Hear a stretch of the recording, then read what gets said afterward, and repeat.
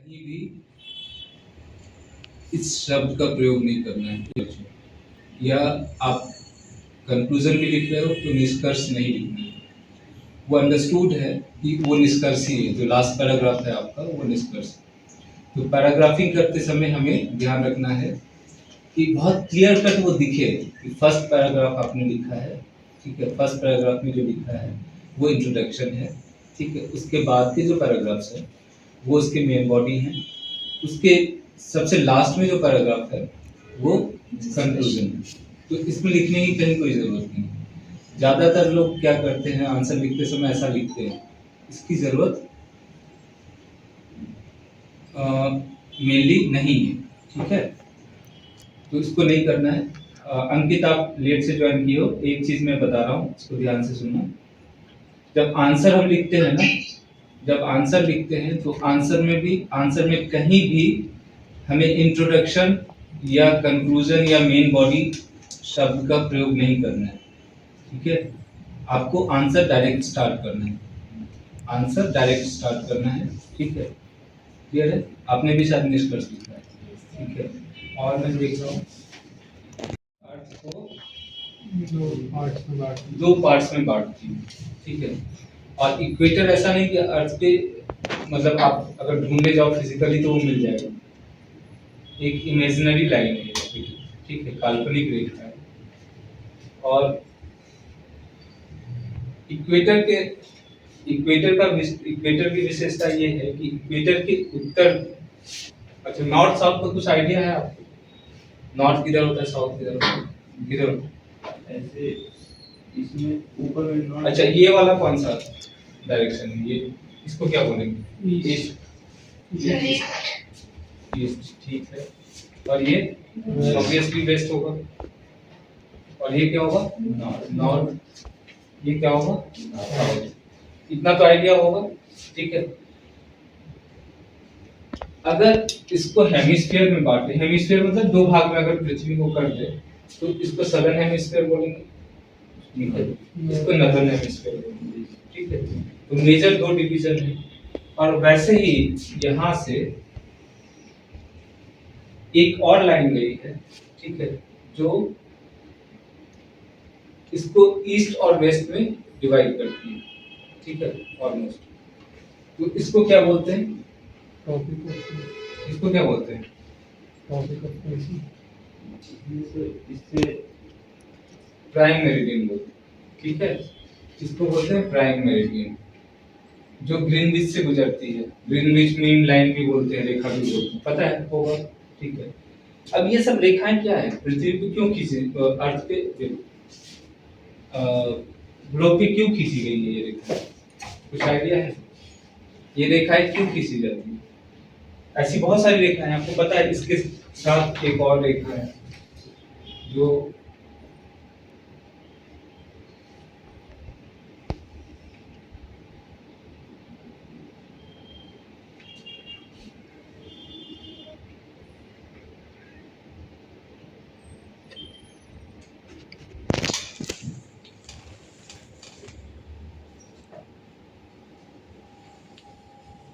और भी रेखा है।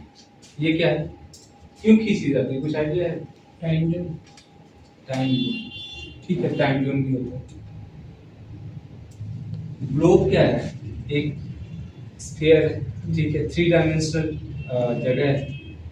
अगर आप बॉल को देखो, बॉल, सिंपल बॉल को देखो, तो बॉल में किसी, अगर रोटेट हो रहा हो बॉल, ठीक है, तो किसी जगह को अगर डिनोट करना हो तो क्या होगा? सारा जगह एक जैसा दिखेगा, ठीक है। तो वहां पे कोई डिमार्केशन तो करना पड़ेगा ना। तो ये रेखाएं मेनली लोकेशंस बताती हैं, लोकेशन कहाँ है, ठीक है। अगर आप यहाँ पे बैठे हो तो इसका भी एक लोकेशन है, ठीक है। अगर आप गूगल मैप खोलोगे, ठीक है, तो उसमें लोकेशन आता है, देखा आपने? लोकेशंस जनरली मिनट और सेकंड्स में होते हैं, ठीक है, जो डिग्री में होते हैं, डिग्री, मिनट और सेकंड्स में। अगर भारत की बात करें तो भारत किस हेमिस्फीयर में? नॉर्थ में या साउथ में? नॉर्थ में। आप लोगों को आइडिया है भारत किधर है, नॉर्थ या साउथ में? किस हेमिस्फीयर में इंडिया? इंडिया नॉर्दर्न हेमिस्फीयर में है, ठीक है। अब देखिए ध्यान से देखना, ये जो लाइंस होते हैं जो ईस्ट से वेस्ट की तरफ जाते हैं या वेस्ट से ईस्ट की तरफ जाते हैं, उनको क्या बोलते हैं? ऐसी कई लाइंस होती हैं, इसको बोलते क्या है? अक्षांश। हाँ, इनको अक्षांश रेखाएं बोलते हैं, ठीक है। ये यहाँ तक 90 यहाँ से यहाँ तक 90 होते हैं, ठीक है। अक्षांश रेखा 90 खींची जाती है और साउथ में भी 90 होते हैं, ठीक है। तो टोटल कितने हो गए? 180। लेकिन एक जो लाइन होती है कॉमन होती है, तो 189, ठीक है। ये यहाँ से अगर विषुवत रेखा जिसको इक्वेटर बोलते हैं, इधर से 90 इधर हो गए, ठीक है, 90 ऊपर हो गए, इनको पैरेलल्स भी बोलते हैं, ठीक है।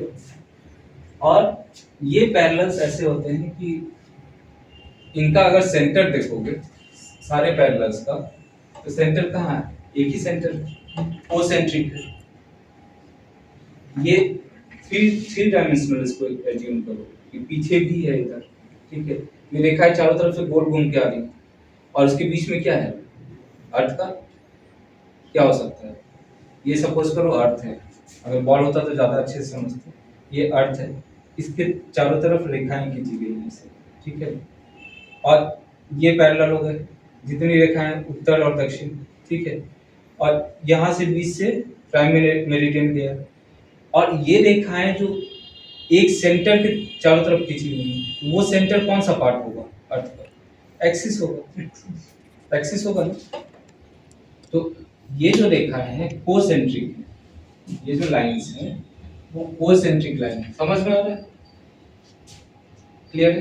कोसेंट्रिक मतलब सबका जो सेंटर है इन रेखाओं का, जो पैरेलल्स है, सबका सेंटर सेम है, लेकिन क्या होगा? सबकी लंबाई एक होगी क्या? लंबाई एक होगी क्या?